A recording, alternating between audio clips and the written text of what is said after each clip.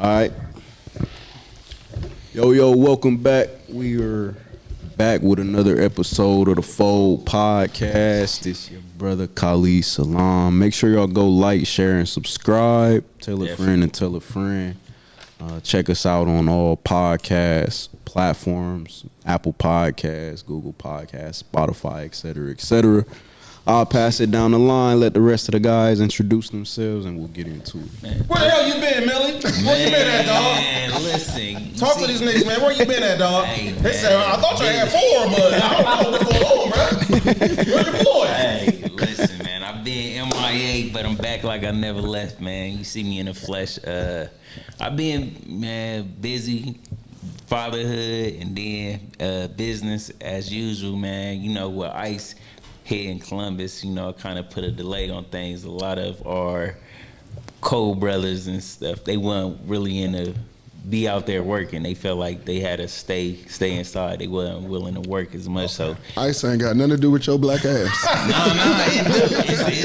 You know, I got to jump in when we missing players. You got to throw all these hats on. So I've been in grind mode. Plus, you know, fatherhood. You know, at times, you know, getting the kids from school and stuff. So. Yeah, but I'm back, man. It's good to see you guys, man. Y'all here smelling good, looking good, man. I guess we all blessed. You hear me? Yes, sir. Y'all know who I am, man. Party already in the building, dog. 2026, new year, new me, as we all say at the top of the year. But I'm glad to be back in the pod with y'all, man. There's a lot of shit to talk about, a lot of moves, a lot of things going on. But I know my guy Kurt, man. Talk to these people, man. What's going on with you, big dog? Man, it's Big Kurt. I'm back on the Fold Podcast. I'm excited for 2026. I'm glad to be back with the bros. Feeling strong, feeling lovely, feeling confident, focused, ready to make this thing happen, man. I'm glad to be back with y'all, man. But what's been going on, man? It's time to check in, man. We ain't did an episode in about 2 months. It's the first 2026 podcast. Yeah, you got Millie running from ICE and shit. And hey, them days over with, Playboy. Let them folk go after who they need to go for after. For sure.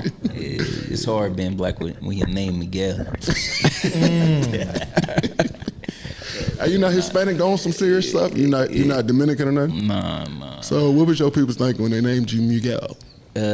So my mom was watching one of them little soap opera shows, I suppose, and the dude's name was Miguel. So that was her favorite character, bro. Then she piggybacked it though. She's like, you know, Michael in the Bible and David. So she named me Miguel Davion. So I was like, oh, okay.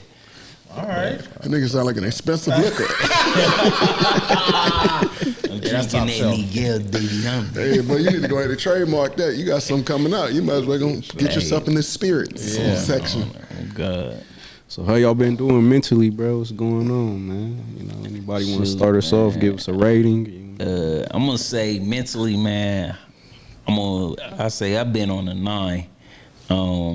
I started reading the Bible, more getting into my word, trying to pray every night. And then I came across a message I wrote in my journal, probably 2 years back. And it was like, God was talking about, you know, follow his word, the word of Moses, you know. And it told me, basically, I was reading Corinthians at the time. And it took me all the way back to Genesis and told me read the book of Moses. And it was like, I don't know, it's just I've been feeling good. You know, my vibration's been right. You know, everything been feeling good for me. So I'm on a 9. I just left that 1% just for growth, you know. Go ahead, Khalid. You talking, boy. Yeah, man. We go later. We go. Yeah. I'm kind of. Hold on. Podcast in 2026, brother. Y'all gonna hear from Brother Khalid more, man. Not his ass is 5. Hey, man. I ain't gonna hold you. He trying to play mysterious. One day he just gonna go crazy and they make him go crazy. But the thing is, I got a lot of listeners saying like he don't talk a lot, but when he does, I'll be locking in. I'll be paying attention. Appreciate that. You know what I mean? So go ahead and take the attention, bro. What we got? Yeah, bro. I try to make sure when I speak, I try to bring some value. If I don't have nothing to say, bro, I just got to be quiet sometimes. You know. But Man. on a rating scale, bro, I would say out of 10 lately, I've been probably about a 6. You know what I'm saying? A little bit of a lower rating than the last few episodes. It's just a lot of stuff going on in the world, bro. A lot of stuff going on with family. Not so much myself personally dealing with things, but people around me, bro. You know, like my grandfather, he's had some some bad health issues over the last few years, man. And you know, recently he was in the hospital, and we ain't know how it was gonna go. You know what I'm saying? I got an uncle who just got diagnosed with cancer. You know what I'm saying? You know, it's just that generation that they're getting to that age where, you know, you start seeing people things. go. You know, Yeah. you know, and just like I say, just things going on in the world, bro. It's a lot of, you know, in Islam we say fitna. You know, fitna is basically like trials and tribulations. You know, things we all go through. But I think we have seen a rise in that in the world in general lately. You know what I'm saying? So that's been on my mind, bro. But you know, alhamdulillah, man, all praise is due to Allah in every situation. So Yes, sir. you know what I mean? What about y'all? But my mental probably over the last month was super low. It's better what it is. It's better now than what it was before.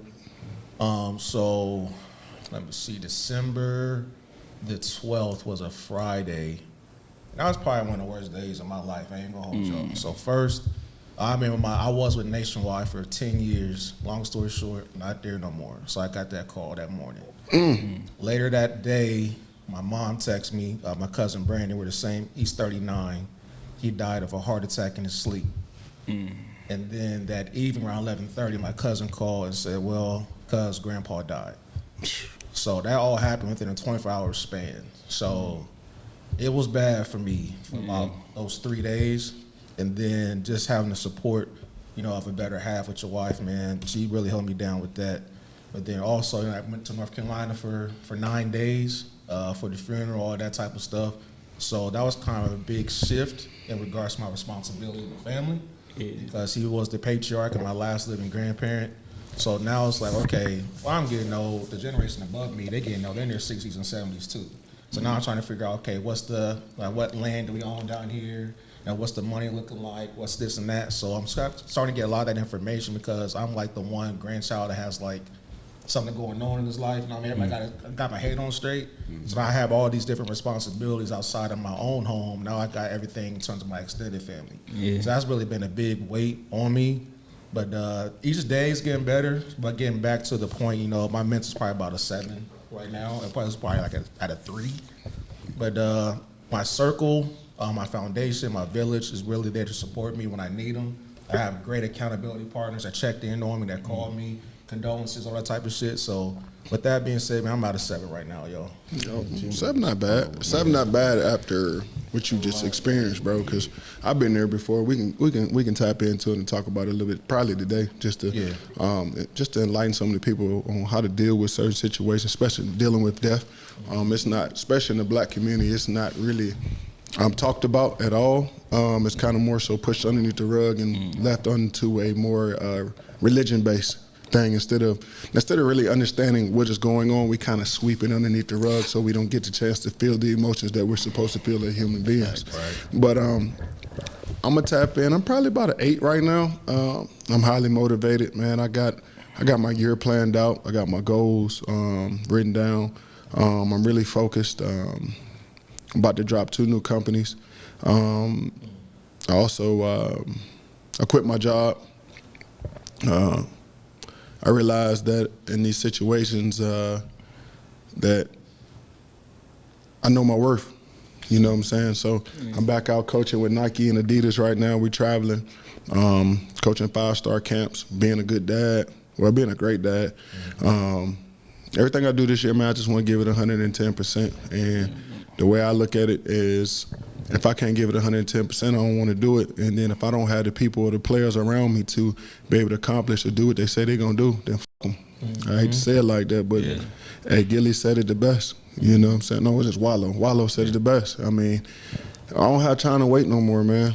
God has given me gifts that I need to go act on. You got to use them, man. And I can't. And another thing I did realize too, man, I can't bring everybody with me. I've been building my arc for a long time, and I've been putting a lot of people on it.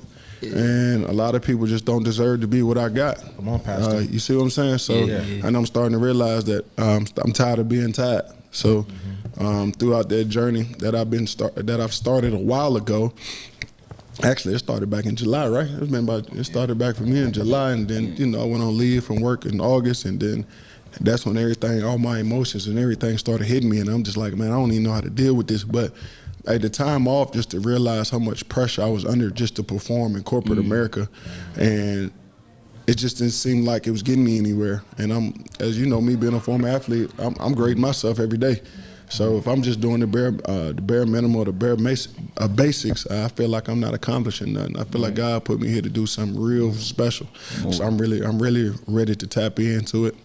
Got a big event this weekend, a big speaking event this weekend, so I'm excited about that. I got chosen for that about a month and a half ago, and basically off the humbug, man. And I thank God is putting me in a position right now where, you know, everybody talks about alignment. I was about to say that. Yeah, but you got to go through certain things to get in alignment. You just can't say, hey, this is my alignment. It don't work like that, man. You got to go through a whole bunch of different trials and tribulations to get in alignment to where you need to go, or where you think you should be going, or where God is placing you to go. So I'm excited about all that. Yeah, that's what I was gonna say. Alignment, come like it wasn't on a humbug. It was meant for you. This part of your journey, man. Yeah, well, it's probably meant. You know, it's probably meant for me to this time. Probably just didn't humble me so much where I'm realizing what's important and what's not important. And that's really getting to know thyself. And you can't. I know we read the word, and all of us have different religious beliefs, but honestly, on my journey, man, it's just really getting to know me and understanding me. And throughout this journey, man, I've been blaming the wrong people for some of my actions, and that's been a big thing for me. And man, I've had daddy issues, man. And I grew up in a 2-parent household, but it's just a disconnect that I've had with my father that over the years of him leaving me at 21 and us not really getting to connect on a larger scale, that I didn't realize had created a void in me so deep that I'm blaming people, and that ain't got nothing to do with the situation. And shout out to my cousin for that, man. We've been having long talks, man, and just understanding where who we are and what we're trying to become, man. It's not easy. I mean, it's a lot of hard conversations, man. For sure. I noticed certain things. I guess we probably all can agree that even with some of our father traits, you know, some of the ones that ain't so good, we kind of like inherit those, and we showing them, and then we start to realize it. Like it came out like, dang, I'm acting like my dad, or I'm doing something my dad would do, and it's like being able to see that helps correct that. But I was like, yeah. Well, a lot of things, like, man, I mean, it is in our DNA. So I'll be riding down the road, and sometimes I'll be sitting up, and I remember my dad just always, like, he always drove with, like, 2 hands on the steering wheel. He looking hella old at a young age. And I'll catch myself looking at my hands, and my pop's hands used to look just like mine. You know, his fingers were messed up from playing ball, and I'll be driving, and I'll start singing like a jazz song. And I'm like, bro, that's what Pops used to do. So I'm like, man, his energy still lives on, man. I just got to tap into it. And I'm definitely getting the realization now that the older I get, the more I'm starting to act like my dad more. You know what I mean? Like, I walk into a room with my cousins and them, and they didn't see me walking in. I was just talking. When they turned around, they thought it was my dad in the room, but it was really me. So it's like our voices starting to sound the same. You know, our mannerisms, you know what I mean? Like, even stuff that I do or say, like, for example, like around my wife, like, I'm doing stuff that she normally does. I'm like, I never do this. Like, why am I catching on your traits? Because you're my best friends. Of course that's going to happen. Right. But with my dad, it's like, it can just be some random stuff that I'll do. I'm like, damn, I did it again. You know what I mean? But it's like, you got to realize, like, this nigga's DNA, I got this dude's DNA. Like, I can't run from that. So I'm kind of just starting to embrace it, letting me know, like, okay, it's by God's grace, I am getting older, and His mercy, He's allowed me to see all this type of situations. And I came up in a 2-parent household as well, man. And like, me and my dad's relationship is not the best, but I'm privileged that he's still here. You know what I mean? I still have access to him. So I definitely want to take advantage of that the older I get, because it's like, okay, my dad's been in his 30s and his 40s. Can he prep me for what I have to look forward to? You know what I'm saying? Because my whole thing is I'm prepping these high school kids for me, what do I got to look forward to? And I got a pops has that access for me. Yeah. Khalid. Yeah, man. Y'all saying some great things, bro. you know, I don't really get into like the New Year's resolution type of thing, but I have had some goals towards the end of the year that I was, you know, that I had mapped out, and one of them was just strengthening my relationship with my parents. You know what I'm saying? Especially my dad. It's me and my dad. We've had our fair share of ups and downs, you know, throughout my lifetime, bro. You know, so you know, one thing like Islam, it teaches you is to keep the ties of kinship. You know what I'm saying? Keeping, you know, staying close to your parents. You know, and actually, if you're, you know, not doing that or intentionally kind of drifting away from that, you could be looked at as sinful for doing so. You know what I'm saying? So that's been one of the things that's been on my mind, especially like I said, dealing with these things with family.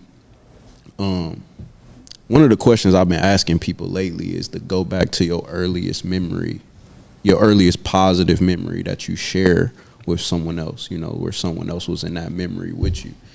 And think about who that is. You know, for me, I was thinking about it the other day, and I was like, that's definitely got to be my grandfather for sure. You know, and with my grandpa dealing with his health issues and everything. You know, you just think back to those moments that you had with people, and you reflect on them, and it's like, he really laid the foundation for a lot of who I am today. And so in relating that to my relationship with my dad, I just want to be able to build those memories. I think so many times we let the time pass us by, bro. You know what I'm saying? And afterwards we think to ourselves like, damn, I wish I just had one more day. You know what I mean? And yeah, man, just a reminder to people, man, just to cherish the moments that you do have. Yes. You know, and for people who have lost people, reflect on those memories, bro. You know, even if the negative outweighs the positive, there's some positive in there for you to hold on to. For sure. You know, I was talking to one of my friends the other day. His dad is actually dealing with some heavy health issues, you know. And he was saying that it's difficult for him right now to think back to how his dad was before, you know, because he's had several strokes and things of that nature. And it's hard for him to envision how his dad was when he was healthy. And I was telling him that, you know, in these moments when you're seeing him in this state day by day, it probably overshadows some of those memories, you know. But the memories are there, bro. And when it's time to reflect on those things, you'll know. They'll come to surface. You know what I'm saying? Bro, this life is so short, bro. You know what I'm saying? I don't want to get too deep in the beginning of the pod, but man, bro, it's like it is what it is, dog. Like I just had a birthday the other day, and bro, I can't believe I'm 33 years old, bro. I remember playing with toys in pre-K, like, and just wishing. I don't wish I was adult, man. Hell no, I wish that. Hey, all the people watching don't ever wish you was older than what you are. Not at all. Hey, bro, take your time, man. Listen. But go ahead, cut you off, dog. I was just gonna say, I don't know if y'all seen, you know, Anthony Joshua had got into a car accident. Yes. Two of his good friends had passed away, and one of them was, both of them were Muslim, and one of them, I remember when I first converted to Islam, watching a lot of his videos, his interviews early on, because he had just converted to Islam as well, and so I had really learned a lot from that. But I just say that to say, bro, you never know when your time is going to come. So many of us think we're going to live to 90, you know, 70, 80 years old, and this life is just the blink of an eye, bro. You know what I'm saying? So just as much emphasis we put into, you know, striving to build things in this life, it's important to be intentional with the time that you spend with people. Yes. Because when you go, that's all the people will have. The money is going to go. The businesses will go. The most important things are going to be the memories that people have of you, your children, your wives, your husband, you know, for the women, and your parents and things of that nature. And it's important to think about what happens after this too. You know what I'm saying? I've been talking to people about this a lot, and what happens to us after we die, bro? You know, if you're a person right now and you're thinking to yourself, I don't know, you need to make it your mission in this year 2026 to really sort that out and figure it out, you know, because we'll plan for the trips that we take. We'll plan for the businesses that we start. You know, we'll think about what we want to raise our kids to be when they grow up. But so many of us just neglect that one thing that we know is inevitable, you know, which is death. And you don't want to go to the grave not knowing what's to come, bro. Just like you don't want to get on that plane and not know what activities you're going to do when you get to your destination. Yeah, man. That's just, you know, it's something I've been thinking a lot about lately, bro. And yeah, man. I hope that knowledge comes to everybody, man. For sure. I ain't gonna lie, bro. I think we do know. I do think we know, but it's not our time to know. If that sounds crazy, because it's a old country wise tale, I guess, whatever they call it. It's like when you start to talk to your relatives that you haven't seen in a while, and you know when you're closer to your deathbed, you know that's when you start to realize what's going on. I don't know how true it is. I haven't been on my deathbed, but I can attest to a time where my grandfather, he had cancer, and I was a freshman in high school, I believe, probably a freshman in high school, sophomore year, and I remember my grandpa, man, he was about 6'3", kind of solid brother, but man, he caught cancer, and man, I'm talking about too much, man. He went from being solid, talking and walking to just barely moving. It was so aggressive. It went from his lungs, his liver, and got to his brain. And I'll never forget the day I called my grandpa. He was sitting on like one of them wedge pillows in the bed, and he was smoking, like he was pretending like he was smoking, and he was fishing, and he was talking to his mama. And I kept calling his name, and he wouldn't respond to me. And I don't think that was cancer, bro. You feel what I'm saying? Because the brain is real powerful. The brain, I think they said we only use 10% of our brain, if that. But for you to go into another dimension like that and actually have a conversation with some, because you got to think about it. How many times have you seen your baby in the car at a young age? All right, you will experience this one day. You'll look back in the back seat and they be smiling, and they ain't got no mirror, nothing. They just back there, ooh, you know, all giggly and googly eyed. You're like, what you looking at? But they can't tell you what they're looking at or who they see or whatever it may be. So I think our spirit lives on.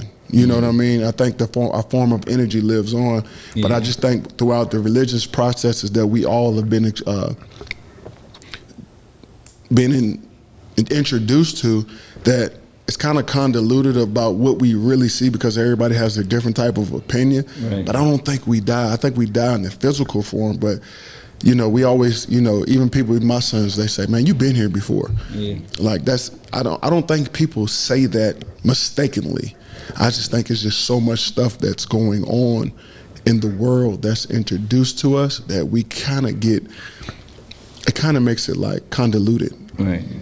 If that makes any sense. Nah, it do. That's something that the imagination, you know, that's what I was going to say earlier, is that you don't really want to lose sight of your imagination. Like seeing my kids have their imagination makes me that's like a joyful moment for me. You feel me? Because it's like I thought my daughters was upstairs playing together, and my one daughter is just in a room playing by herself, but having her imagination. And then the same thing happened this morning, taking her to daycare. She back there talking and da da da. I'm like, they be in their little own elements, and I'm like, that's what that just makes me think about. Is like your spirit is present, but like you're saying, everybody can't see what you see. So I'm like, I felt that, man.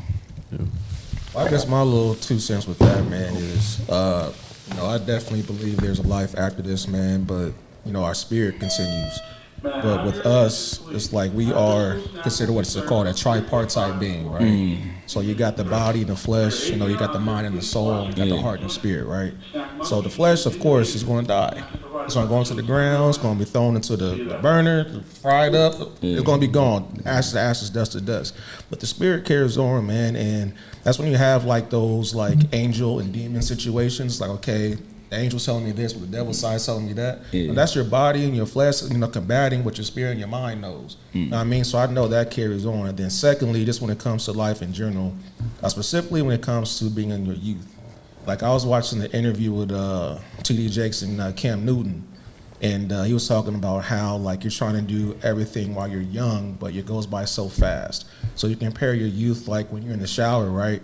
Hot shower, and then get out, you see the mirror, it's all condensated with the water and stuff on that. But by the time that you dry off is gone.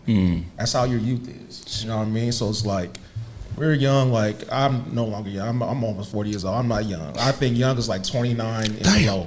No, we Hey young. man, you meet me, dog. You want to get here? We young at heart. You want to hear get me? here? We young at heart. All right, you know what I mean. Forget the young at heart. I'm talking about your body. Like even Tupac talk about that. It's like when you're 30 and young, you can physically go out there and protest, march, this and that. But everything older than that, you combat, or excuse me, the anti-synthesis of that is I got the wisdom and the mind for that. You know what I mean? So with the youth thing, like enjoy it. Do not rush to get older. Adulthood is ghetto. You don't want this. All right? So enjoy the youth as you can because you're going to be an adult, you know, in terms of that life expectancy, the majority of your life. You feel me? So when everybody gives you wisdom, they're not coming down on you because they've lived that life before. All right? So we have the blueprint here. But as you said, man, in terms of life, man, our spirit definitely carries on, but this body is just a cadaver, man. That's all it is. It's just dirt. Yeah. That's why I don't like to rush. That's why people consider I'm slow poke. They call me turtle. But I feel like rushing creates anxiety for me. So I like to move at my own pace and get there. Plus, like I say, you get to see, you get to observe everything that you encounter throughout that journey as you travel. But when you rushing, you miss things like, dang, I overlooked that. So I do not like rushing. And my grandfather, the piggyback, everybody talking about grams, I actually knew my grandpa was gonna pass the year he passed. Like God gave me a sign. I don't know if it's a dream, it's a feeling, but I went downstairs to my grandpa and I was like, this is my last year with you. And I'm like, God told me, because my grandpa was a real God-fearing man. Like, he didn't know how to read or write when he was an adult. And he taught himself everything, but he knew the word, you know, like the back of his hand. Like, he knew the tools and stuff. So he always told me, once a man, twice a child. And I'm like, I ain't never understand that at first until, you know, reality struck. But I'll tell you that, man, he the reason that I actually learned how to read the Bible, because I ain't understand it. You know, you read the Bible, you like, Grandpa, I don't understand none of this. And he told me, you pray that God help you understand what you're reading before you read it. And then that's the last bit of time we had together. It was like him introducing me to the Bible to understand it more. And then, you know, things happened. And he held on to, my mom told him he ain't have to hold on no more. Because the doctor said that his heart was pumping at like maybe 7%. And they didn't understand how he, like when his leg got amputated, he had no blood flow in it. But once my mom told him it's okay, Dad, you can go, he went like literally It be like that, right man. then. Like I've experienced that multiple times. It be like that. I was like, man. I ain't never really got to experience no death situation like that. I know I've always ran from it, honestly. I've never really sat in the room with, you know how people sit in the room with people and want to just be there to hear their last breath. Yeah. I ain't never really want to do nothing like that. I've always been traumatized by it, even as a kid, you know. I remember probably I think I had some deaths, but I think the first real death that I really got to experience was my mom's dad, my grandpa. And then after that, it seemed like every time I would get, you know, they would get worse, you know. And, you know, black folks, they like looking at the body and talking about how good the makeup and the haircut, taking pictures and shit, videotaping. And I'm just like, man, this is some weird shit, bro. Yeah. And so I got to the point, like, as I got older, bro, I don't want to go see the body. You feel me? Like, I don't go view the casket. I don't do none of that shit because for me, I like to remember people when they happy. I realized the trick what it was for me because I love hard. I didn't realize that's another thing that I realized on my last little, you know, hiatus, bro, that I really love hard and the people that I care about, bro. I don't like seeing them in them conditions, man. It's even like my grandma, she had a stroke, and we didn't know her. She started bleeding on the brain, and she had dementia, and it was nothing that the doctors wanted to do to help her. And I remember, man, I went to go see her like once or twice, bro, and probably for like 30, 40 days, she just kind of like, I hate to say it, but she kind of like bled out on the brain. because they couldn't do nothing else, and I wasn't going to see nothing like that, bro. It's just, for me, I don't like to remember people like that, and it helps me too if I do have to go to a funeral. I'm not sad because my last encounter with you was not a sad moment. So it's like I can't be connected to something that I can't see. Yeah. So that's what I started doing, and I think I just recently started doing that. Like if I go to a funeral, it's gonna be after all the family then sat down, the casket's closed, and that way I don't connect myself with that energy.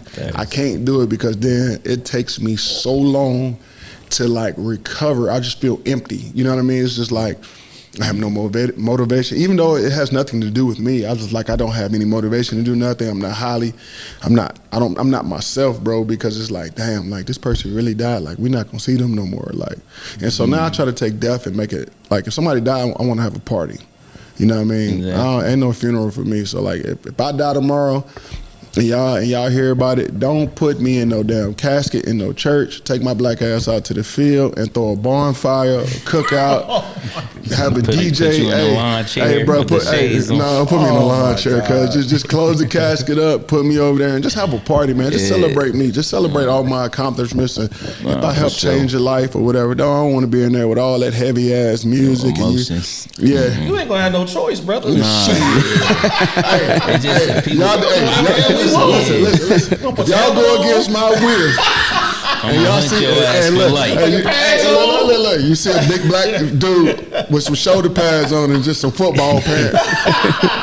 Cause y'all know, I'm telling you right now. No, if it ain't gonna be the devil, you gonna hear me whisper to you, Art. You gonna be like, hold on, cuz, that sound like Kurt. I told you what to do with me, man. You was playing. Hey, but that's another thing too, man. I don't know if y'all experienced that. I mean, it's just like when you sleep and you dreaming and like you having that out of body experience, man. That's a whole nother dimension of life too, man. It is. That's dope. That's pretty dope. It is dope. Yeah. And it's dope. So I'm telling you right now, I'm gonna come get you, bro. Right, I'm telling you, I'm come get y'all ass. But no, I definitely feel you on that. I tried that. It's just the fact that losing important people to me, I had to end up going back to funerals and stuff like that. For sure. But I was on that, like, man, I want my last memory to be of our last moment together alive. So I didn't want to see people like that. You know, some people didn't understand it. You know, they judge you based off of that. But it's for me. Like, I don't do it for the likes of nobody else. But like I said, grandma, my cousin, you know, like close family, it made it different to where I had to actually show up in it, you know.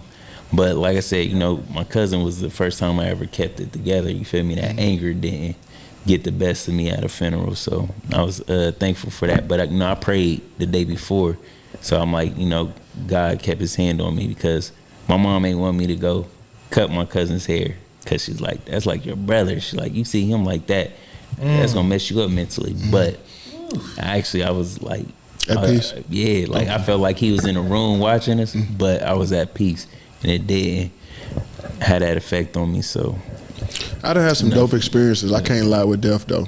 I can't lie. I done had some dope experiences. One of my dopest experiences though, I'm just gonna say, it's just kind of like lighten the mood to tell you that I know life lives on. So my Aunt Cheryl, everybody loved Aunt Cheryl. She was the favorite one in the family. Like she wouldn't hurt a fly. So when I came home from the league, bro, she had stage 4 cancer. She went to go get a hysterectomy, bro, and they opened her up, bro, and she had cancer cells everywhere. So she was here in September and she died the day after my birthday, bro. She went from just kicking it, having a great time, went on a cruise, came back, and then I think Christmas Day, like her kidney started shutting down or something crazy. But the crazy thing about it, like when we went to go see her, she was still talking. And like the next day, we had got like in the middle of the night, we had got a call, right? And when we got the call, everybody was just messed up, you know. But when we got down there to her, she couldn't talk no more, but she could write. And her handwriting was still legible, perfect, cursive writing. It was dope. It was a dope experience, right? But the crazy thing about this, though, which made it even more dope, I wanted to be there when she passed away because she just had so much. She just had so much to do with my life and my childhood, right? Because my aunts grew up they lived around the corner from me growing up. So we stayed on one side and they stayed pretty much around the corner from us, my mom and dad and everybody. And the only thing I wanted to do was just be there when she passed away. So before we buried her, it was like 2 or 3 nights in a row that we literally like kicked it. Like one night we was playing cards, we was just having a good time. And then the next night it was something different. And then the last night, it takes me back to like the scene of what my aunt explained to me, but I wasn't there though. And I was in the room and I got to hold her hand and I literally felt her heartbeat the whole time until it like stopped. And it was like, oh, you good? Like, you straight. So those experiences like that, I can't explain. I don't know where they come from. It's not it's not imaginary because like we just talked about, it was just that dimension of life that we don't really get to explore so much. And because a lot of times our mind is junky, like we got so much junk in our mind. It is it's just so much stuff that's in our mind that doesn't let our brain go to that dimension of life. So I thought that was pretty dope. And then another time, me and my dad, like for the longest, growing up, my dad was an alcoholic, but I didn't understand what he was going through. You know what I'm saying? I always tell the story, like I didn't understand what he was going through, right? And before he passed away, like I was so mad that I just wanted to fight him because I thought he was just leaving us, bro. Like, you're the leader, dog. You can't, grandpa's already gone. You can't leave too. You know what I'm saying? So that's me being selfish, being young and not knowing. And so for years, like I was telling Khalid this, bro, and he was like, this is crazy. But he haunted me for like 2 years straight. All we would do was like fight. We had guns. We were shooting at each other, bro. I've literally been in my dream and I've been shot by my dad and I have like watched my body disintegrate and come back together. And then I done swung on him. Like this stuff is just crazy stuff, bro. But that's just what's going on in my mind. And then one night I hear this voice and I'm like, yo, that sounds like my dad. And I'm having another out of body experience, bro. And then what was dope was I got to go around campus, the Ohio State campus, and show my dad everything that I was doing, man. He was so proud of me, man. He took me to where he was at. It was like we went through the clouds. It was gold gates. It was like marble, everything. It was dope. It was everything. I saw like my grandpa, but I couldn't talk to him, but all he could do was smile, which was what he did a lot of times. He smiled, laughed, whatever. And then he just told me he was all right, and I've never had a bad dream about my dad ever again. But which is crazy. I don't know why these things happen, but I'm here to. I'm reason for me saying this because I know a lot of you guys will be dealing with death and may experience it sooner than later when it comes to loved ones. But my advice to you is to connect with people that you really care about and talk about it. Don't hold it in, and also understand that's not the last time that you will see them. They will come back. It's just depending upon when it's that time. I can't tell you when that time is going to be, but I've known that those times that I was really like hurting, that's when they showed up the most. Or I thought something else was going to happen to another family member and they come back and it's just like, why are you here? It's like, are you planning on taking that family member or are you know what I mean? Like, so don't let the flesh get you down.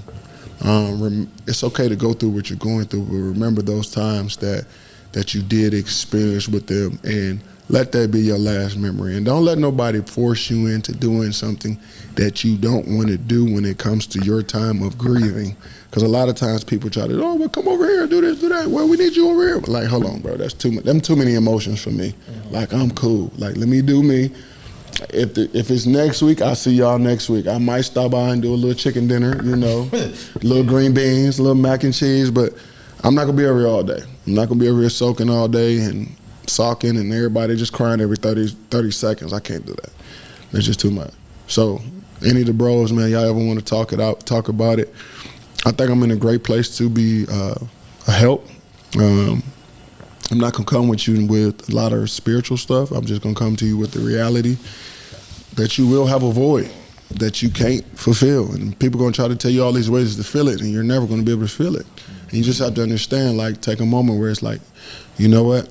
I'm thankful for the time I did get to spend, and I'm thankful that I'm part of that lineage. I'm thankful that I'm connected to these people, and I'm thankful I get to call them dad, grandpa, mom, cousin, or something like that. Yeah. I mean, that's the way I just I try to change my perspective on what I'm dealing with. That's smart. Man, just to piggyback that, man, on this trip I had in North Carolina, like I realized like there was a certain type of love I was missing, especially being around like 20 of us in the same spot. It was hella dope, man. You know, my mom has 10 or 11 brothers and sisters. They had the majority of them there. You know, my grandfather passed, had 14 brothers and sisters, had my great aunts and uncles there, cousins, all that type of stuff. But afterwards, man, we were getting ready to leave, you know, everybody, you know, hugging everybody and loving them, whatever. So I had a little big family prayer before we left, and I adapted my uncle. Then my aunt came over, my cousins came over, everybody came over and embraced me in a hug. I was like, there'd be certain times where my heart is like, I've never felt this before. Yeah. And I need more of this. You know what I mean? So it's like getting that, what's called in the Bible, storge love or natural love from your family. You need that. Because I get the eros love from my wife, I get the romance there, the phileo love from my brothers here, my friends, unconditional love from God. But that family love, like I need more of that. You know what I mean? Because I'm so focused and locked in individually of what I want to do with my goals. My wife is my responsibility. Because like you said, I want to get more acquainted and be more in the company of my parents. But this is the older I get, it's like I'm so locked in on my journey. Unfortunately, and thank you parents for raising me and doing what you had to do, but your son is locked in. Yeah. But I need to realize, okay, with the times where I'm resting and I'm relaxed, I need that family love, man. Like, my family is so scattered across the country. There's really not too many in Ohio. But that feeling that I received at that moment, it's like my heart was like, you need more of this. So just going through the whole stages of my family and my wife and my parents, it's like I need as much love as I can get. You know what I mean? Because every moment I have in life is not going to be great. So those down times, I'm glad I have an actual good circle, yo. Like the older I'm getting, my circle's getting smaller, but it's getting stronger at the same time. That's what you want. You know what I mean? Because I have people that really check on me. Like I'm the strong friend, but I've actually found other strong friends. And that's a big plus for me, man. So when I'm in my down moments, I get a random text, hey, just checking in on you, dog. You want to get some lunch tomorrow? Yes, I do. Yeah. You know what I mean? So I can get this shit off my chest. I get out in the open, and I can move on to the next thing. Because I just learned from one of my mentors, man, Elder Dunlap. He said, whenever you're going through self-doubt or self-fear, whatever, like cast those cares to God, bro. Get it off your chest. It's like passing the basketball. It's like you're passing the basketball here, I'm just giving it up immediately. I'm Jason Kidd. Like I'm giving rid of it. You know what I mean? So I make sure I don't have any of those stresses, those issues on me too long, because that's going to transition to depression and isolation. I'll be sitting in a dark room by myself trying to figure out how I got here. So when that happens that same day, I'm going to call somebody, I'm going to talk to somebody about it, and I'm moving on to the next thing. Yeah. I know I'm on a tangent, but...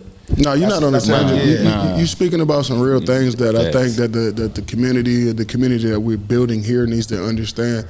And a lot of times, too, the things that you're going through, you have to sit in that sometime. You do. You have to sit in that. Yeah, you got to reflect. So a lot of times, I know what you just said, I'm kind of the opposite. Okay. I don't pass it to God right away. I kind of sit in it for a while. Sometimes it might be 30 days, it might be 60, it might be 90 days, because I'm trying to see what God wants me to see. Okay. Because if he didn't want me to see it, he would have never gave it to me. Okay. And I always tell people, I believe that the person that he created you to be and created me to be, we're the generational curse breakers. Absolutely. Facts. So I noticed that about a lot of my guys that I hang out with, if they ain't got a strong like foundation for the weight, I can't run with you. And that's not necessarily mean building a business with you. That don't necessarily mean lifting weights with you. But now I'm realizing like a lot of I have certain friends for certain things. Like everybody's not for certain, for certain situations. I might have a partner if I want to go drink. Me and my wife want to go have couples dates. We might want to go to the gym. We might want to go shoot hoops. We might want to throw the football. So I'm learning how to distinguish which friendships and which relationships are for what. But I think a lot of times that we give away. When we give away those troubles away too fast, we miss the moment. We missed the opportunity to see what we was really supposed to go through. So me personally, I do it a little different. And don't get me wrong, it does cause stress. It does cause depression, but I'm like, who else better for it than me now? Now my confidence level is getting to the point like, you would have never gave me this If I couldn't handle it. if I couldn't handle it. Right. Yeah. Like, I am a certified dog. Like, and I got to realize that. And I think a lot of times we do have so much going on that we don't do this enough. Yeah. Big And facts. if we did this enough, Yeah. we would pass it to each other and walk like this. You feel me? Yeah. Not like I'm walking by myself. It'd be like, hold on, bro. I got you, bro. You grab that side. You link up. Yeah, man. Because if we can do that, you know what I'm saying? And nothing gets done like, I think that's great. But I think a lot of times too is, man, we got to learn how to sit in and just talk about it and not pass it off, because we are the ones that are the leaders. And if we are going to pass it off, let's pass it off together.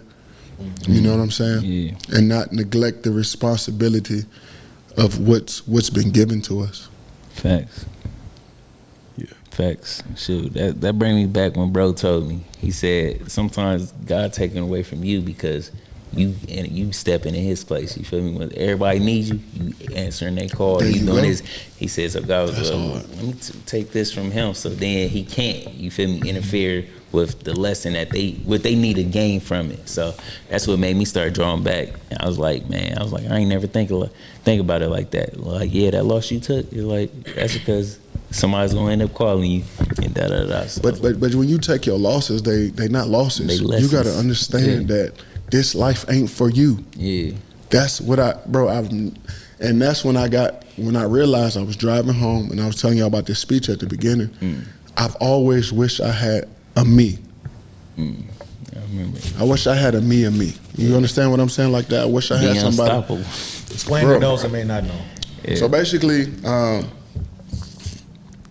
I've always wished I had a mentor or someone that could give me the knowledge that have been where I have been, but it's way more knowledgeable throughout their experiences. Okay.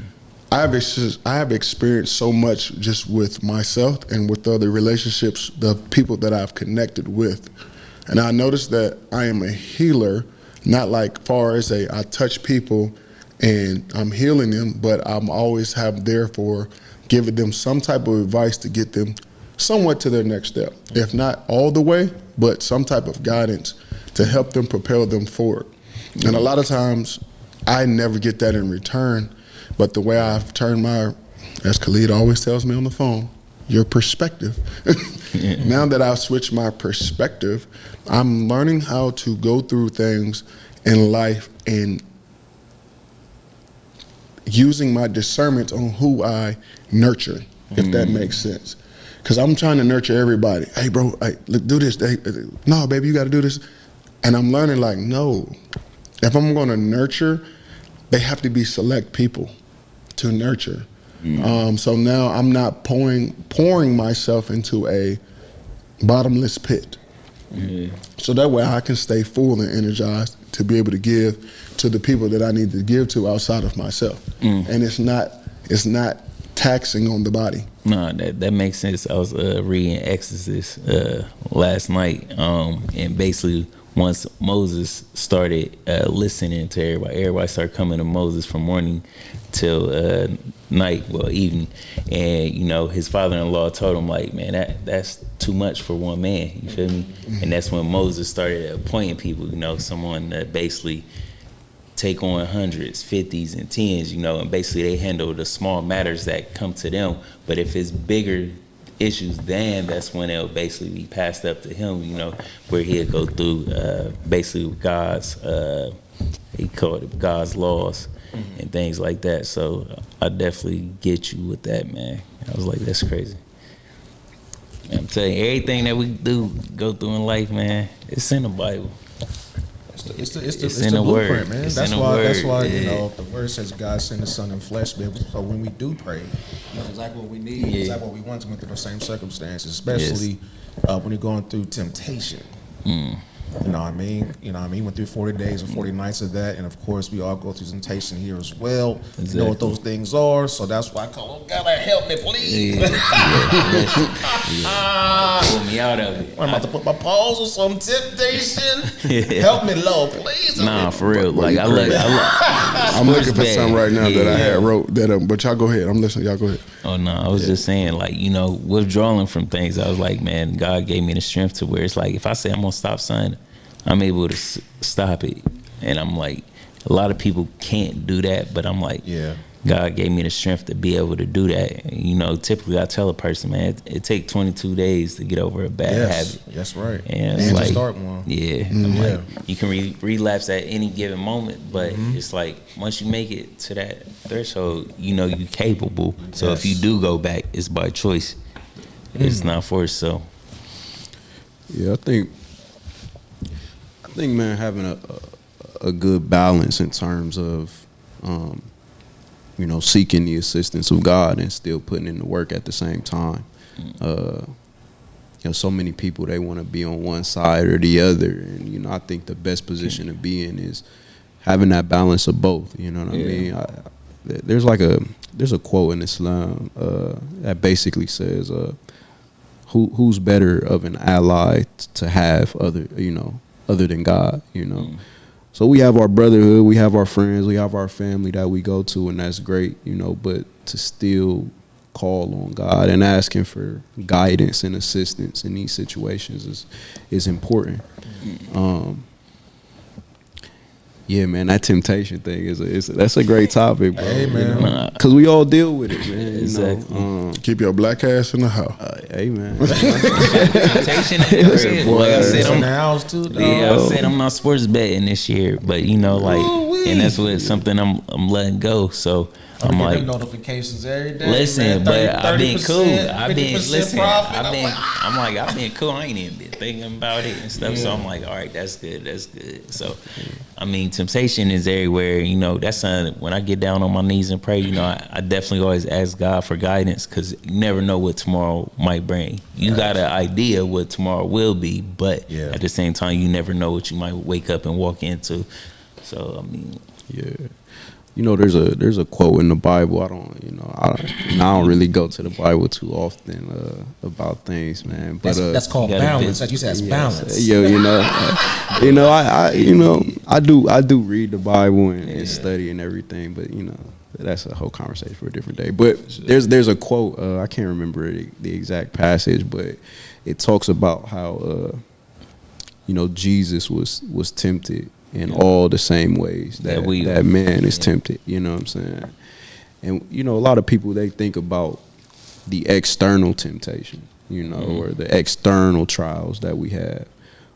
But a lot of it is the internal trials that we fight against daily as well, man. And you got to focus on both, man, and create a space for yourself where you can try to limit that as best as possible, because the temptation is always going to be there, right. You know. But as long as you discipline yourself and, you know, create a space where you don't have to face it as often, you know, you'll be in a much better position, man. But we all fall short of the mark though too. No, you know for what I'm sure. saying? And we set goals for ourselves to achieve, and you know, we may go 2-3 years without doing something and come back to it, man. And that's, you know, that's why God gave us the opportunity to repent. Repent, Yeah. You know what I'm saying? Always repent, man. Always. We really have, you know, authorization over our story in life. You know, God is really, you feel me, the creator, but at the same time, what's going to be written in those chapters is based on us. You know, and what we choose to insert in there. So, man, I say every day, man, stay prayed up, man. Walk by faith, not by sight. And like you say, you know, faith without work is dead. So continue to push forward, no matter what you are doing in life, what you may pray for, what you may be wanting, needing.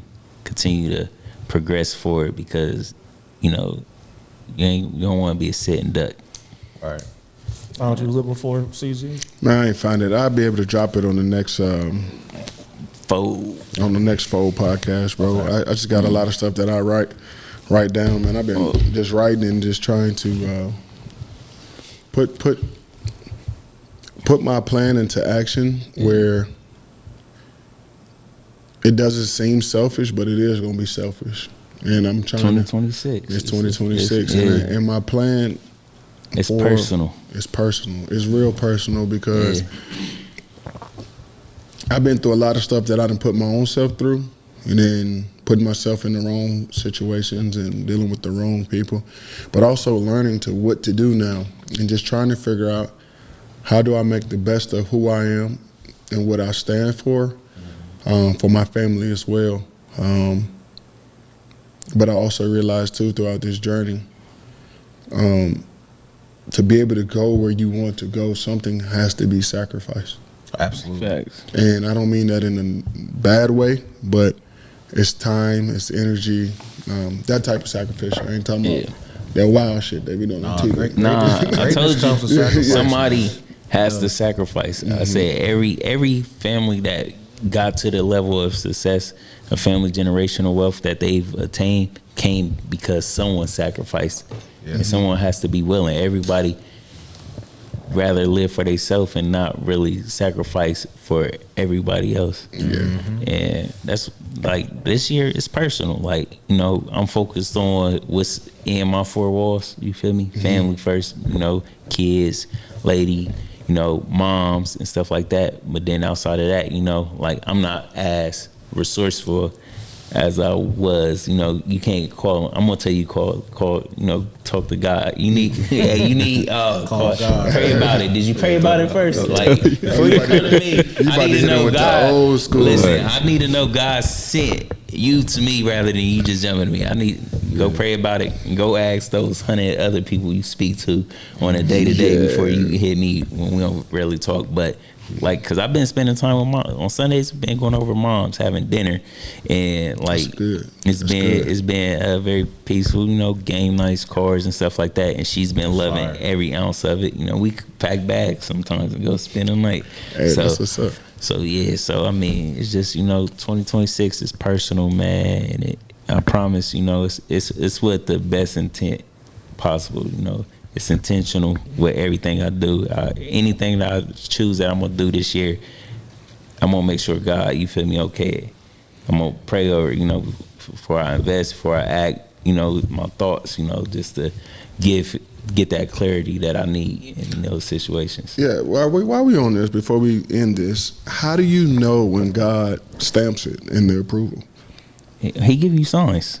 God really shows you signs that, like I said, when you moving too fast, you overlook it. Like, man, God told me I should have done it. Like, nah. Is it like a stomach feeling? Is it like a? It can be a stomach. A it can be. You can actually see it. You might actually like see it in front of you. You might be just on somebody's windshield. It might be something that, like, man, I was just thinking that.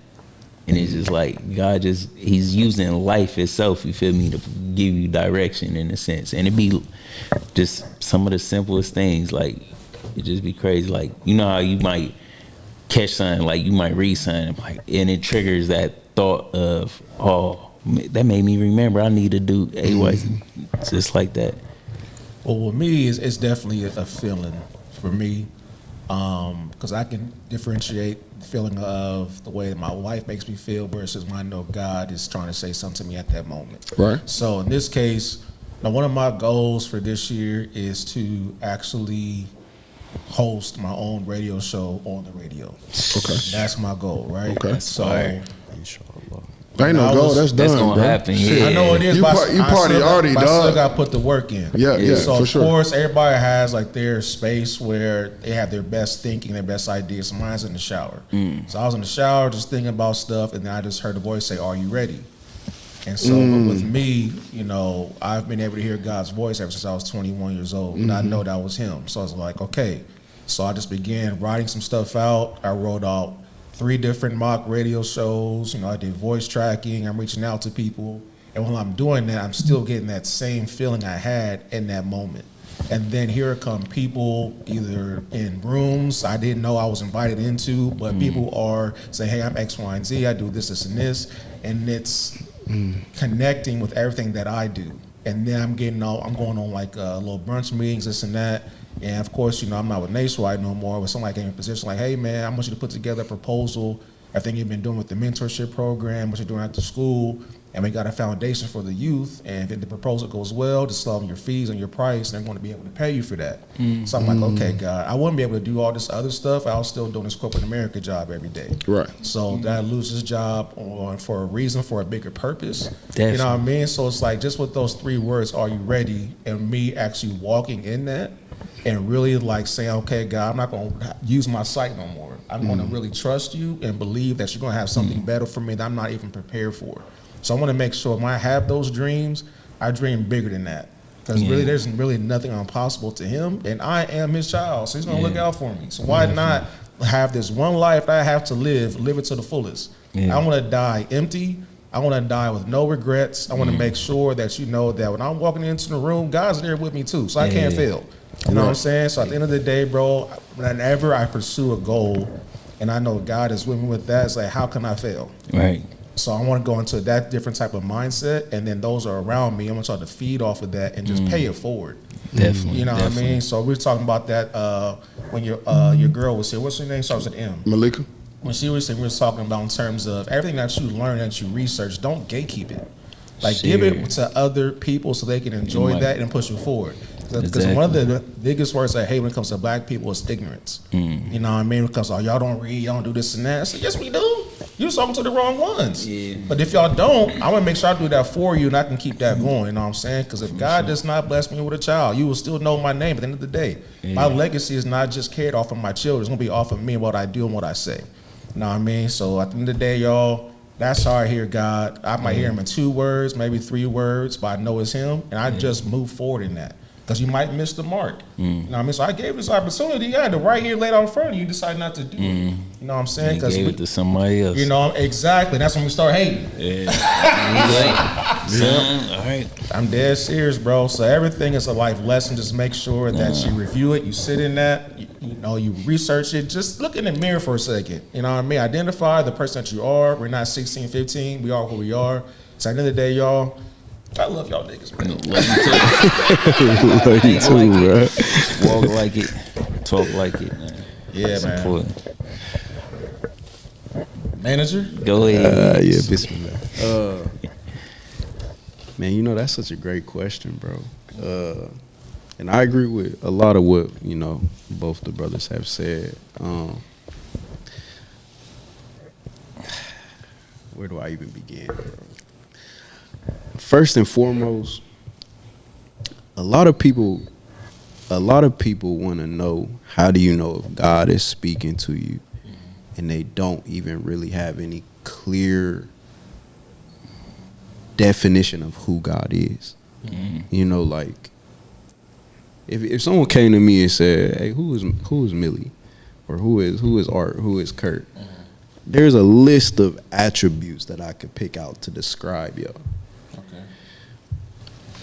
So if someone came to me and said, hey, I got a message for you from Kurt or from Art or from Millie, based on the way that they articulate that message, I should be able to have some understanding on if this really came from one of y'all or not. But that comes off of my prior experience of knowing who y'all are, right?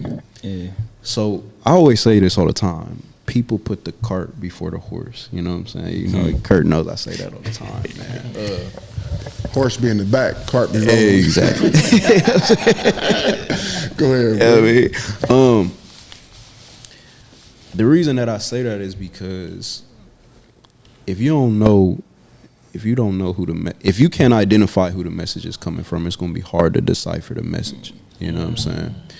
But to give, you know, a list of some criteria for people to kind of be able to recognize some things. First thing is, what are your intentions with the things that you're doing in your life? Because if you're intending to do something for the pleasure of God and you're not setting out to do something that he has clearly defined as not something people should be doing,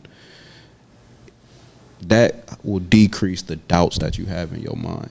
Like, if I set out to get rich, for example, and I'm setting out to get rich to be, you know, arrogant and stun on people and to be flashy and things of that nature, that's going to create some doubts in your mind because you're not doing it for God, number one. And number two, the way in which you go about doing that, you're going to constantly be questioning, is this something that God even wants me to be doing? So number one is your intention. Well, number one would really be knowing who God is. Number two would be setting your intention. Number three, I would say, is understanding that the road to success and the things that you desire is not always going to be linear. It's not always going to be smooth. It may be some bumps along the way. And this is why I said previously, earlier in this episode, having that balance of going to God and communicating with him, praying to him, and asking him for guidance, asking him for those signs, asking him to reveal if this is what he desires for you. Because it's through that communication you start to build your bond with him. And through having that bond, the light or the path, the vision becomes a lot more clear. You know, some people will say it's a voice that you hear. Some people will say it's a feeling, right? You got all these different explanations to it, right? And I think as you continue to do things for him and to the pleasure of God, that will become a lot more clear. You know, for me, I've realized sometimes, you know, I'll desire something and, you know, I may have a feeling, or it may be, I hate to say a voice, but it's like a feeling of just do this. And it's not something that, you know, everybody talks to themselves. So we kind of know how it feels to talk to yourself in your mind. Yeah. It's a difference between you talking to yourself and you hearing something that's not you talking to yourself, if that makes sense. That makes sense. Right. And I've noticed sometimes, like, for example, this is like a small example. I might be getting ready to go to work, and something might tell me, you go back downstairs and check and see if you got your keys. And I might ignore it and go out to the car and realize I don't have my keys. You know what I'm saying? But that thought, I'm like, was that God? You know what I'm saying? Sometimes it's just those small little things, you know. I just did that the other day and got my black ass a ticket. You know what I mean? You know, Trying to be rebellious, man. You know, An Asian chick was parked the wrong way by the store. You know, she was facing. You know, you can only park like this way. Right. She was parked that way. I'm like, I'm minding my business. I ain't gonna say shit. So I'm in the store. Whole time I got that same little boy. Hey, maybe you should say something. I'm like, nah, I'm mind my own business today. I ain't saving the world. In the back, dude, come hit me like, your tag's expired, $65 ticket. I'm out there cussing him out, getting mad. And the homie's like, hey, bro, you got expired tags on your car? My shit said 2024. It's 2023. Oh, he's like a bad. Hey, that's because I have Virginia tags. That's why I was like, man, I ain't worried about it, bro. I ain't going back to the city to get no tags. It is what it is. Being lazy, you know, but that's also... I got my tags in like 2 days after that. Man, get it together. But go ahead, Khalid. I ain't nah. But that's real. You know what I'm saying? Yeah, you feel me? I'm just relating to you. Yeah, Except, you know what I'm saying? Exactly. Now I got spanked on the head with that 65. So I say that to say, as long as that voice or that feeling or whatever it is, it's really it's not a voice, but it's not exactly a feeling. It's like a balance of the two sometimes. So it's kind of hard to describe, but when you feel it, you'll know it. You'll know. It's just Voice. Yeah, it's just a lot of people will doubt, or a lot of people have doubts on, is that God or is it something else or whatever. And that's why I go back to understanding who God is, setting your intentions to do things that aren't outside the realm of what he's made permissible. And that will significantly decrease those doubts. You won't be thinking in your mind, is this really what God wants me to do? Because it's something of benefit. It's something you're doing for his sake, and it's something you're doing that's not impermissible. So the doubts significantly decrease. So when you do have that feeling, it's easier to just go with it. And the more that you go with it and you see the results are positive,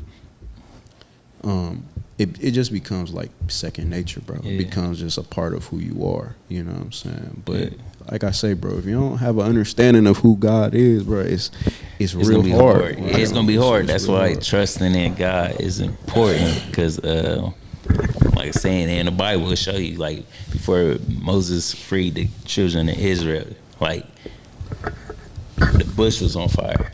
Yeah, and he he was scared of it, like, and he heard God's voice. Then God told him, he took his rod, boom, he turned it to a serpent. And he's like, whoa, you feel me? He said, go show the children of Israel, you feel me? But still they doubted, and then they went through with the Pharaoh, he brought illnesses across it, just an episode of things, God was like, well, and then the Pharaoh would tell him, like, tell God to stop and I'll free him. And then he'd turn back and harden his heart again. He wouldn't free him. So it's like, that's why I was like, the signs, like he's saying, it can be a balance of all of it, signs, voices, anything like that. So it's really about trusting in God. When you doubt God, that's why you're going to second guess those signs or those voices and stuff. But when you leave things in God's hands, you eventually see his hands in everything. Well, I guess the only reason I ask these questions is because the only time I really doubt is like when I'm choosing a career or what I really want to do. But regular life, I don't ever doubt nothing. That's because the career ain't for you, son. So what the hell I'm supposed to do? You your own man. You that dog. You a boss. I get that, but what am I supposed to be a boss in? Because the only time I don't hear anything, or if I get, listen. This is where I'm at in life, right? Yeah. I got the dog in me. I can put anything together, right? But these voices that I only get, like, I don't know, is it fear because my dreams are so big? Is it fear that I'm experiencing when my stomach turns a little bit and I'm like, damn, should I really be doing this? Or is that God telling me not to do it? Or he could be telling you not to. He might be wanting you to wait for him to present exactly what it is. Because I think, in my opinion, what God got in store for you, it's going to be multiple things that you do. It's not one thing. But you know how we be impulsive sometimes. We just jump on something because it's like, it sounds good. It sounds like an opportunity right now. God telling you, wait, I'm going to show you what's for you. He just wants you to continue to do the leg work that you're doing. He wants you to be patient and trust in him. Like, don't trust in your own understandings. Don't go based on your own decisions. God done already decided for you what's to come. So let him just show you and give it to you. It's gonna fall right in your lap. You like, damn. You like this, and he already know you got the strength for it. You got the mindset. You got the endurance. You got the speed. It's there. Watch. You like, damn. You like, bruh. This it. It may be. Listen, I don't know what's gonna hit, but shit, it's there. Like his situation nationwide. That wasn't losing opportunity. God was shutting that door. God was like, sometimes God got to withdraw us from some things because we ain't gonna withdraw ourselves. We might contemplate on it, think about like, man, I really want to quit, but I can't. And this was the big thing with that.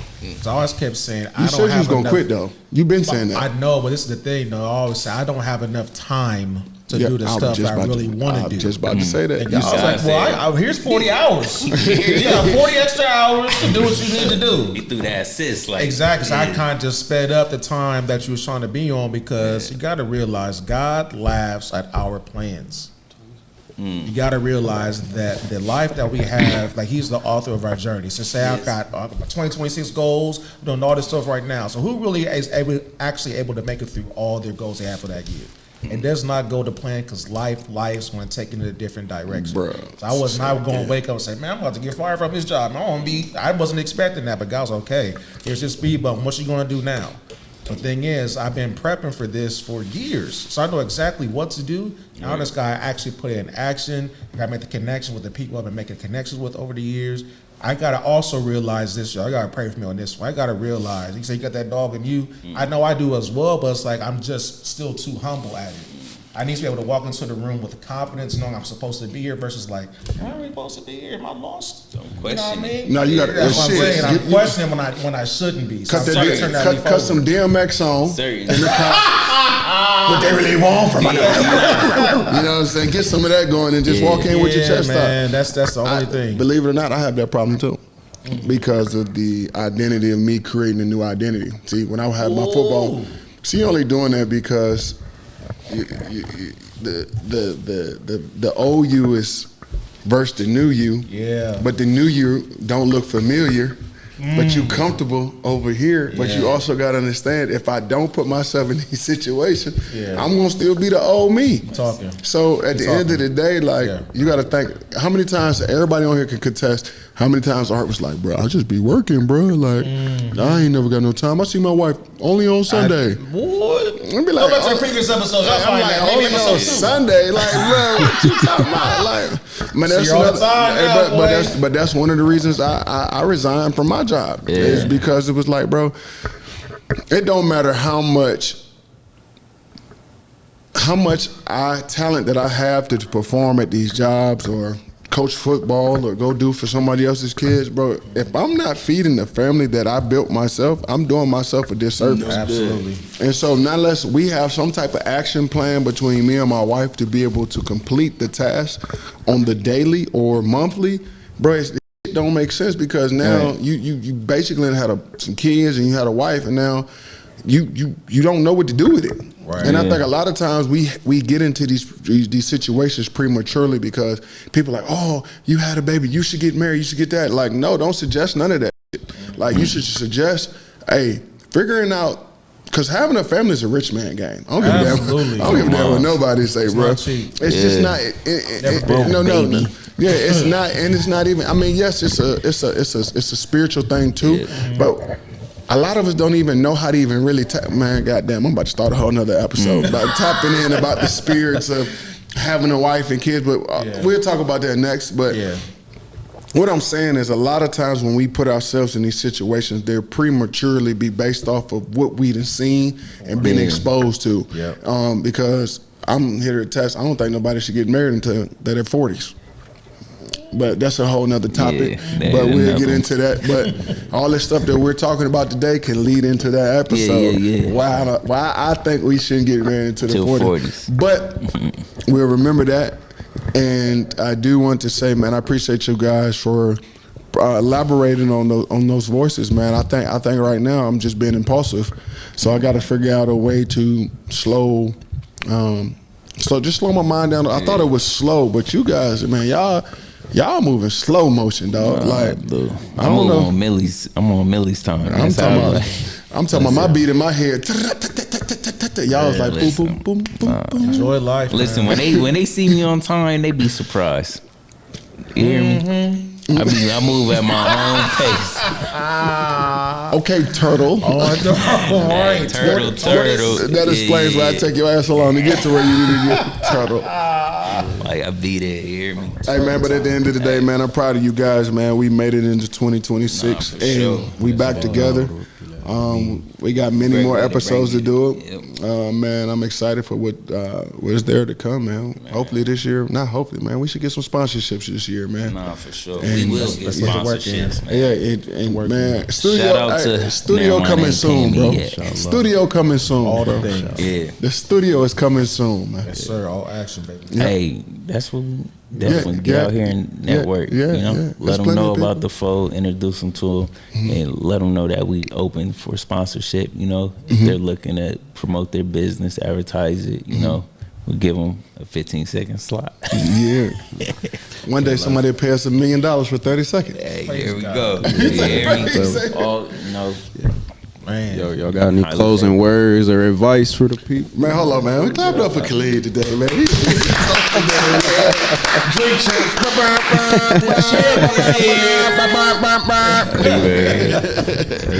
Hey, man. Yeah. Well, if y'all don't got anything, man, I'll just say I got just a few things I wanted to say. Okay. All right, now. Yeah, I mean, The chosen. one is your confidence is built by competence. You know what I'm saying? So the more competent you become at things, the more confident you will be walking into those rooms. Sometimes we think when we go in the room, we know the least amount about what's going on in the room. But once you get in the room, you'll be able to assess who really knows what's going on. Mm-hmm. We could be here all day talking about the spiritual thing, so we'll just say that for the next episode. Yeah. Okay. Lastly, I just want to give a quote, man. There's a quote by a scholar, an early scholar in Islam, that said to work hard to provide for yourself and your family as if you'll live forever, but work as hard for the afterlife like you're gonna die today. You know what I'm saying? Death is forever present. One day we all gonna meet the grave, man. So it's important to take advantage of the time that you have in this life. Not only just working to provide for yourself and your family, but to provide, your space behind those gates once that time comes, man. So may we all meet up there one day, inshallah. So, For sure. yeah. Death is a reminder too. But hey, man. Anybody else? Y'all got something more That's like positive? a movie title. I ain't got nothing spiritual, man. Just And go get you some money too, man. You know what I'm saying? go get you some mother skunking paper. Yeah. But Go ahead, get you some money on so you can have some fun on. Fun, Yeah, man. That's all I got this time. I ain't got nothing really, man. Just lock in. That's all I can say. Lock in. 2026, man. 2026, lock in. Just don't be afraid to dream big. That's what I gotta At say. all. But whatever you still have on your laptop, on your phone, all that type of stuff that you're too fearful to put out to the open to the public, just do it. You know what I mean? What's the worst that can really happen? Okay, you got 1 view, 1 like. Who cares? Do it again. Get 2 likes.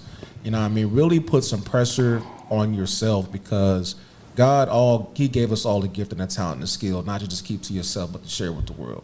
Sure so whatever did. you've been doing on your off time, what you enjoy to do for free, just put it out there in the open, man. Allow just one person to be able to see the talent that you have, and you have no idea what's going to happen after that. So just dream big and put whatever skills and talents you have and show it to the masses, man. Well, the Bible say that you gonna have friends that's closer than brothers, and that's what I say I got. You feel me? With my guys right here, man, and that's a tremendous blessing. I hope that everybody here, have an abundance of joy, love, happiness, and growth this year, man, and much prosperity in a way that favors you and your family, man. Let's get through January and let's look forward to what's to come this year, man. Come back and talk about it. Yes, sir. It's been another episode of The Fold. We appreciate y'all for rocking with us. Make sure you like, share, subscribe. Check us out. Tell a friend and tell a friend. And we'll be back next time, inshallah. Tell y'all's mama God too, willing. man. I know the moms. Nah, for real, the moms. Man, what you about to Yeah, say? yeah. Nah, I'm saying the moms. We left that dirty shit in 2025. bro. Mamas and the aunties. Hey, Nah, you coming up with moms- the damn, moms you got are- on the If you need your bathroom remodeled, Listen, the moms rock with the fold, man. The Hey, moms like, yo, I checked out y'all's podcast Okay, like that. all right. So I'm like, man, let y'all's moms, tap in with us, man. I know you going to the house offering contractor work and you're damn doing burpees and shit Oh, yeah, with your shirt we off. about to get back to it, man. Yo, if y'all need the house rehab, renovations, anything like that, Irvin's Home Solution is your best solution, man. Point proven.